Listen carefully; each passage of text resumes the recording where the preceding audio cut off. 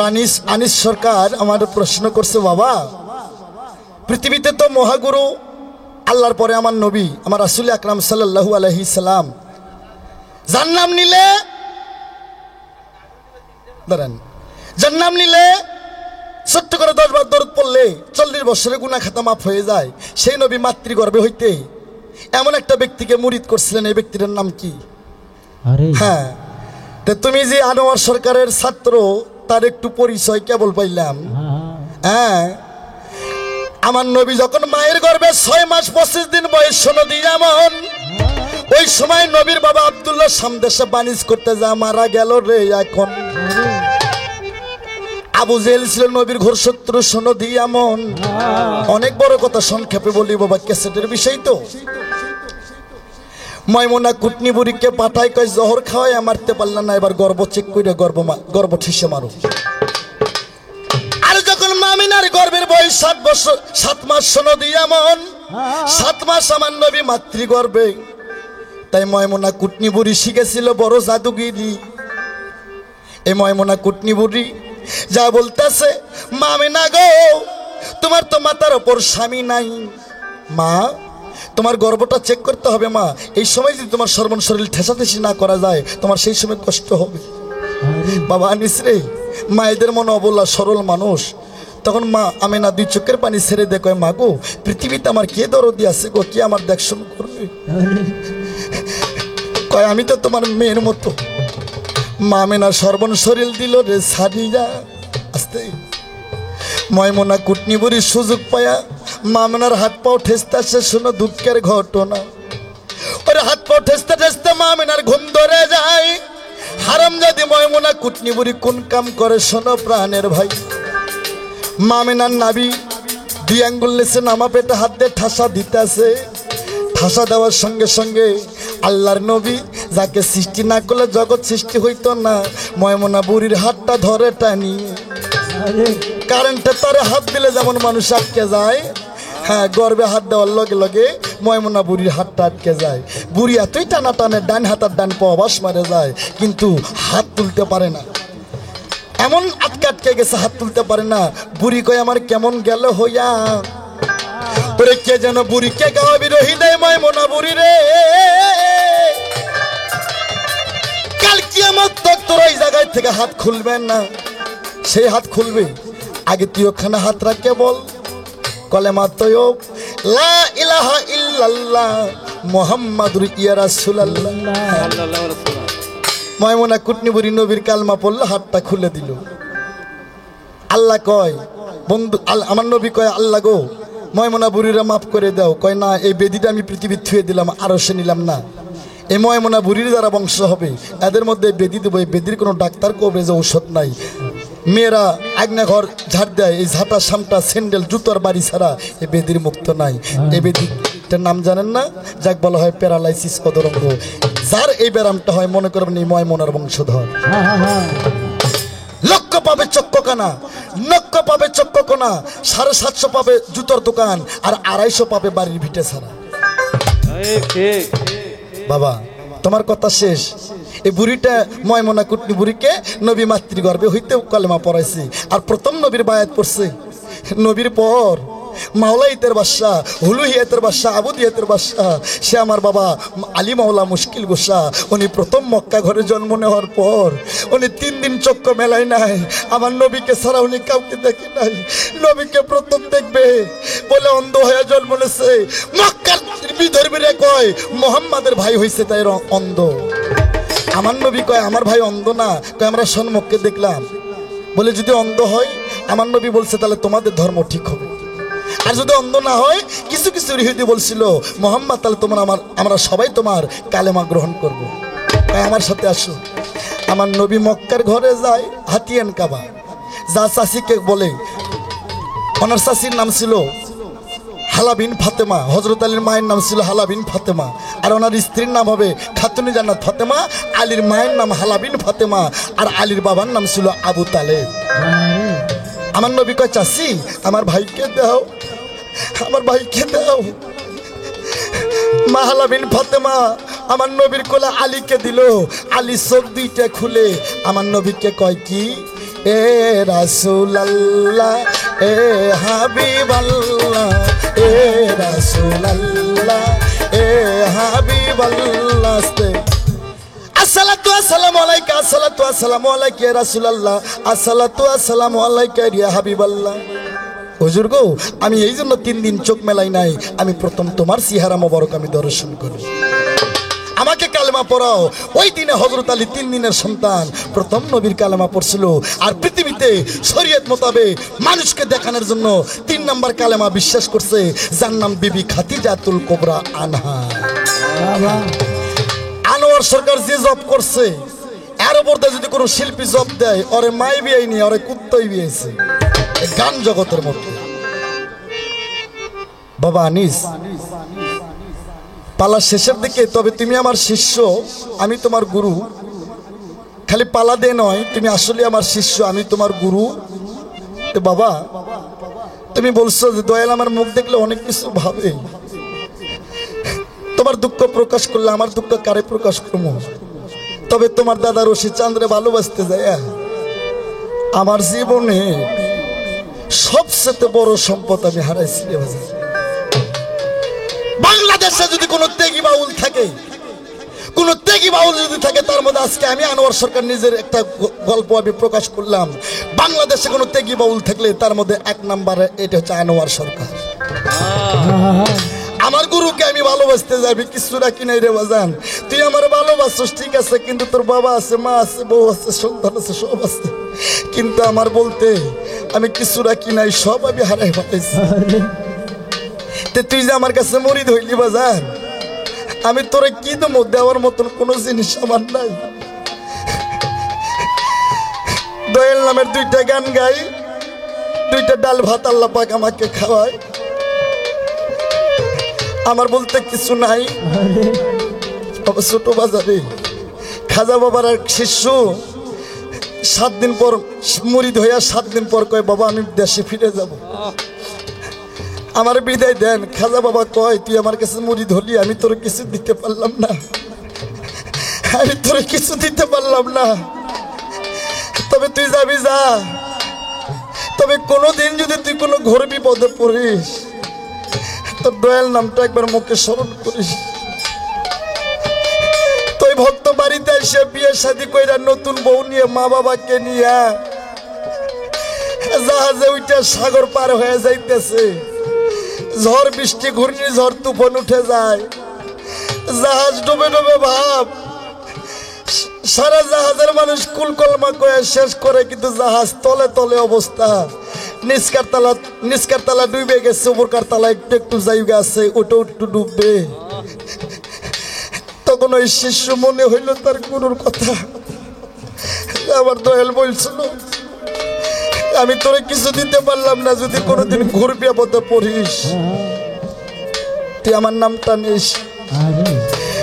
তখন ওই শিষ্য জাহাজে পড়ছে মুখে হইয়া 2 রাকাত নফল নামাজ পড়ে কয়, হাই গরিবের নামাজ মঈনুদ্দিন খাজা আল চিশতিয়া, আজ তুমি গুরু, তুমি সহেল সম্বল, তুমি আমার বল, তুমি আমার শক্তি। দয়াল গো, আজ 10 থেকে 15,000 মানুষ এই জাহাজের মধ্যে, দয়াল গো, তুমি দয়াল যদি আমার সত্যিকারই আমার হয়ে থাকো, দয়াল আজকে অকুল সাগরের মধ্যে তুমি ছাড়া আমার আর কোনোই বান্ধব নাই। তখন আস্তে আস্তে ঝড়টা ভালো হয়ে জাহাজটা কিনারায় পৌঁছে গেল, সমস্ত মানুষের জীবন বাইসে তার বাড়ির দিকে গেল। তে বাবা আনিস, বাবা আনিস রে, তোরে কি দেবো? দেওয়ার মতন আমার কোনো কিছু নাই, তবে আমার যারা শিষ্য আছে আমি সবাইকে বলবো, গুরু যদি হয় বেশ্যার নন্দন, তবুও গুরু পতিত পবন। বাবা আনিস রে, তোদের তোর দেওয়ার মতন আমার কিছু নাই, তবে কোনোদিন যদি ঘোর বিপদে পড়িস, মন থেকে যদি তোর দয়ালের নামে একবার নেস রে বাজান, দয়াল তোকে সেদিনই উদ্ধার করবে, নইলে তোকে দেওয়ার মতন আর আমার কিছু হইল না।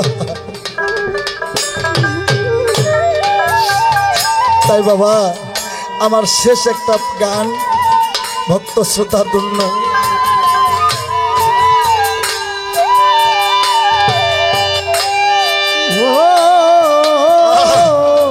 দয়াল রে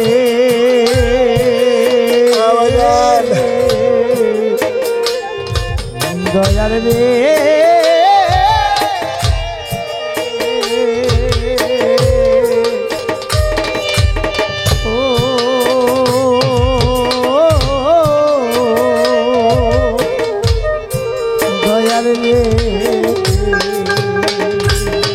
বাবা গুরু হারানোর কি যন্ত্রণা আমি বুঝি।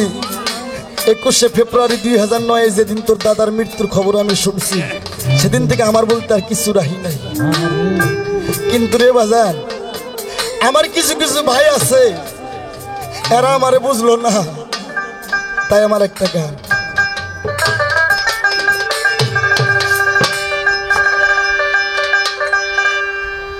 ওরে কত দিনের কত ব্যথা গো,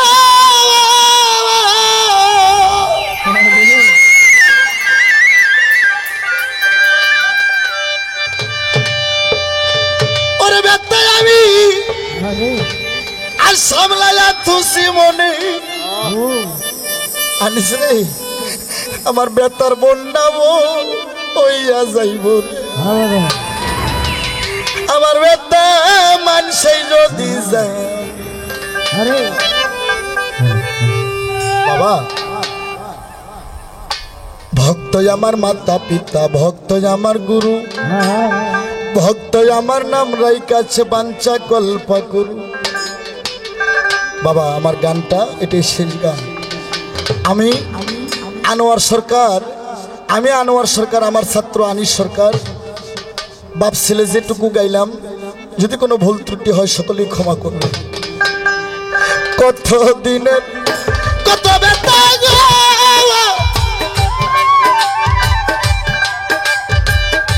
রশিদ বাবা সামলাইয়া তুসি মনে, ব্যথার বন্যা বইরা যাইব গো, আমার ব্যথা মানুষে যদি যায়, ব্যথার বন্যা বইয়া যাইব রে, আমার ব্যথা মানুষে যদি যায়। কত দিনে কত ব্যথা রে, ব্যথা সামলাইয়া রাখছি মনে, ব্যথার বন্যা বইয়া যাইব, আমার ব্যথা মানুষে যদি জানে, ব্যথার বন্যা বইয়া যাইব রে, ওরে ব্যথা মানুষে যদি জানে। থাইকা থাইকা মনে পড়বি আলিস রে, ওরে আমার পুরান ব্যথার কথা ও তর থাইকা থাইকা মনে পড়ে রে, ওরে আমার পুরান ব্যথার কথা আনিস রে, থাইকা থাইকা মনে পড়বি, ওরে আমার আগের ব্যথার কথা, আমার মুখ দেখলে মন মনে হয়, মুখ দেখলে মন মনে হয়, ভোলা যায় না জীবনে, ব্যথার বন্যা গো হইয়া যাইব গো, আমার ব্যথা মানুষে যদি জানে, ব্যথার বন্যা হইয়া যাইব রে, ওরে ব্যথা মানুষে যদি জানে, আমার ব্যথার বন্যা হইয়া যাইব রে, ওরে ব্যথা মানুষে যদি জানে। আকাশ সরোয়ার রূপ আনিস সরকার,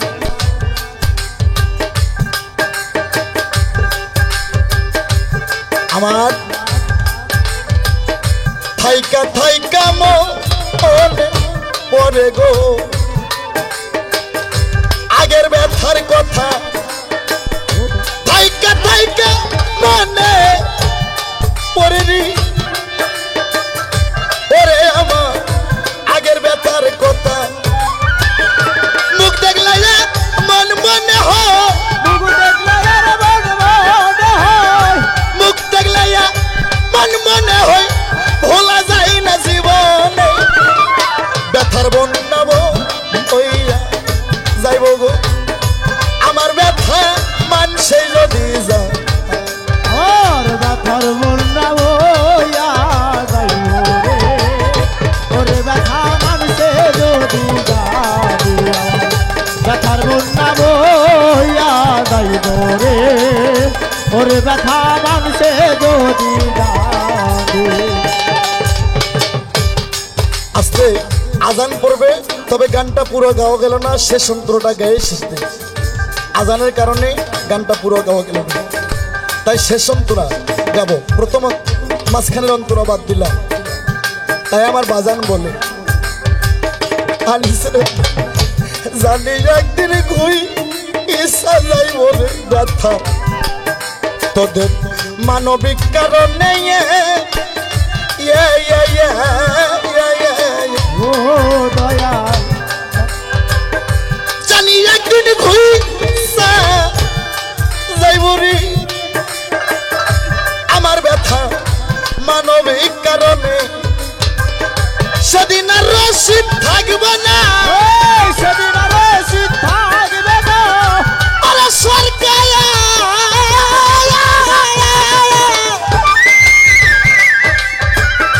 আরে সরকার সেদিন আনোয়ার থাকবে না তোদের প্রেম প্রীতির বাঁধনে ব্যথার বন্যাবো হইয়া যাইব গো আমার ব্যথা মানুষে যদি যায় আমার কত দিনের কত ব্যথা গো